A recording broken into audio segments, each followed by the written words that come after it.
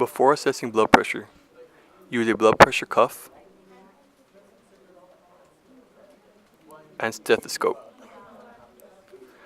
Prior to the assessment, allow the patient to rest for at least 5 minutes. No caffeine or nicotine at least 30 minutes prior. The patient should be positioned with back supported, arm elevated heart level, and feet flat on the floor. Remove any excess clothing that may interfere with blood pressure cuff or constrict flow in the arm. Locate the brachial artery and align the artery marker on the cuff accordingly.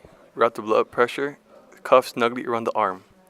To choose the proper cuff size, wrap the cuff around the patient's arm and use an index line to determine if the patient's arm circumference falls within the range. Otherwise, choose the appropriate smaller or larger cuff.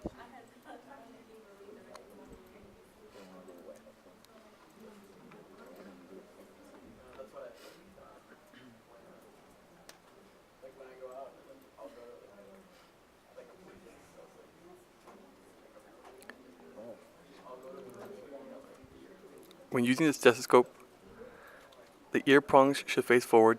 Ensure that the bell is on by lightly tapping on the diaphragm. Place the manometer in a visible place prior to measurement.